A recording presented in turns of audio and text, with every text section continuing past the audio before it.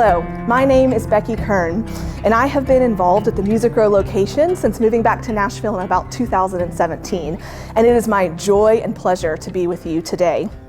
Well, last month, the discipleship team, they reached out to let me know the topic of this spring's study and also to ask me to teach on today's lesson. And I'll be honest with you, while I was excited to dive into the parallels between Adam and Christ, I was a little bit intimidated by the challenge of distilling so much information into a 10 to 15 minute lesson. You see, Adam's failure and Christ's faithfulness, it's a bedrock, a cornerstone, an essential foundation of the Christian faith. What I mean is that having a grasp on Adam and Christ's roles in redemptive history, it helps us understand and then be able to answer the foundational question that we've all had at some point, which is, what does it mean to be a Christian? Well, before we jump into today's specific passage and topic, for those of you that know my teaching style, you know how much I value review and repetition. Well, over the past few weeks, we have all been diving into the scriptures to specifically look at a few examples of typology to help us better understand redemptive history. And so for review and repetition, redemptive history, as one theologian puts it, is the mighty river that runs from the Old Testament to the New and holds the two together. You might remember that redemptive history is outlined as creation, and then rebellion or the fall, and then redemption, and ultimately consummation or restoration. While typology can be defined as the persons and institutions and events of the Old Testament, which are divine, so God-inspired, well, they are pre-representations of the New Testament realities. These types, which we are studying together this spring, well, they help show us that the same God who revealed himself in Christ, well, he has also left us his footprints in the history of the Old Testament. Footprints that help us better understand his love and care for us, his people, across the span of redemptive history. Which brings us to our Romans 5 passage, starting in verse 12 with the failure of Adam. Romans 5:12. Therefore, just as sin came into the world through one man, and death through sin, and so death spread to all men, because all have sinned. And then jumping to verse 14, yet death reigned from Adam to Moses, even over those whose sinning was not like the transgression of Adam, who was a type of the one to come. Here in verse 14, Paul gives us that word type or pattern.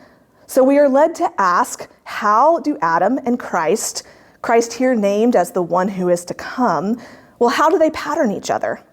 Well, first, let's answer who was Adam.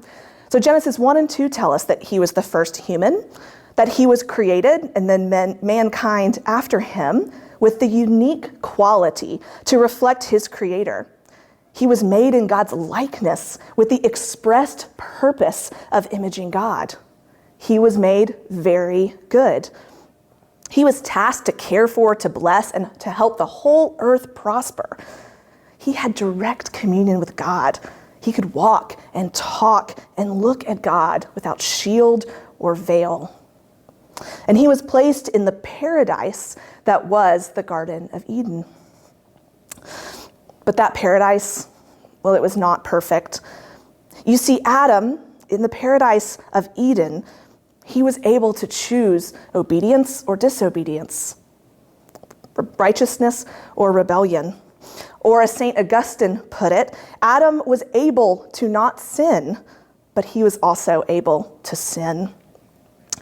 Well, we're not told how long Adam was faithful in the garden, but what we do know, what we know all too well, is that at some point, his faithfulness turned into the world's greatest failure. And with his failure, as verse 12 tells us, Adam's sin brought death, decay, and suffering into the lives of every human in history. What was the failure of Adam? Simply stated, when asked to trust in God's faithfulness, his goodness, his love, his provision, Adam and Eve alongside him chose pride, distrust, and disobedience. Genesis 3 tells us that death came into the world and into us through Adam, our human representative. But God, rich in mercy, did not end the story in Genesis 3. And Paul, well, he did not end his teaching with Romans 5:14. Well, Paul takes verse 15 through the end of the chapter to declare the beauty of what he calls the free gift. The gift of God's grace offered to us through the faithful obedience of his Son, Jesus. You see, God's plan was always to dwell with, to be in unhindered relationship with his beloved people. Adam, the first human, our representative, well, his sin brought ruin and conflict into that relationship. But God, in his grace and his mercy, he sent a second representative, Christ, the second Adam, the true and better Adam, one who could restore us from that ruin, one who could restore peace and shalom where conflict once reigned, one whose faithful righteousness would rescue us from the darkness of death and bring us safely into the light of life. A second Adam, who this time, when tempted, thought not of power or pride or self-preservation, but thought only of honoring and trusting and obeying the goodness of God our Father. Well, Paul, he fills Romans 5 with parallels, and in that he instructs us to see the parallels between Adam and Christ. Filled with distrust, Adam was disobedient. Filled with trust, Christ was obedient. Adam's choice brought our condemnation. Christ's choice provides our justification. Adam's denial of God's love, it cost us everything. But Christ's expression of God's love, his free gift, it gives us everything. Adam holds us in death, but Christ, he frees us into life. And that freedom through Christ, his free gift of life, that is now what defines us. I opened our lesson today by stating that understanding the role of Adam and Christ is a foundation of the Christian faith, one which helps us answer the question, what does it mean to be a Christian? Well, here we can turn to another of Paul's letters for a more concise answer or description. 1 Corinthians 15:21-22 tells us that for by a man came death, by a man has also come the resurrection of the dead. For in Adam all die, so in Christ shall all be made alive. In Adam we are ruined, in Christ we are rescued and redeemed. In Christ we are given the freedom of life, a freedom bought by his faithfulness, a faithfulness that covers all of our failures. Brothers and sisters, what does it mean to be a Christian? What does it mean to have freedom of life? Well, it doesn't mean that we are immune from the darkness.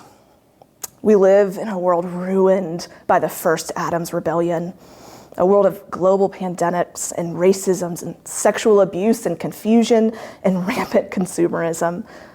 We struggle, at least I know I do, with judgmental attitudes and self-serving actions, and daily we, like Adam, fail to trust in the goodness of God. But do you know, brothers and sisters, that the goodness of God is not dependent on your faithfulness, and it does not diminish with your failures. What happened right after Adam and Eve mistrusted the goodness of God? He came and he found them, and he provided for them yet again. Were there consequences for their actions? Yes, of course. But God, in his goodness, pointed them right there in Genesis 3:15. He pointed them to the promise of a second Adam, Christ, the faithful Son, who this time would not fail. So while ruin, well, it's around us and it's in us. And while that ruin at times may seem insurmountable, let me remind you of the abundant grace of the free gift. In Christ, you will never be more redeemed or rescued than you are right now. This is the freedom of life in Christ. This is what it means to be a Christian. For by a man came death. By a man has also come the resurrection of the dead. For as in Adam all die, so in Christ we shall be made alive. In Adam's failure, we are ruined. In Christ's faithfulness, we are rescued and redeemed. So now, let each of us live moment by moment, rejoicing in hope and remembering the abundant grace and the free gift of righteousness we have been given by the faithful Son, Jesus Christ, the true and better Adam.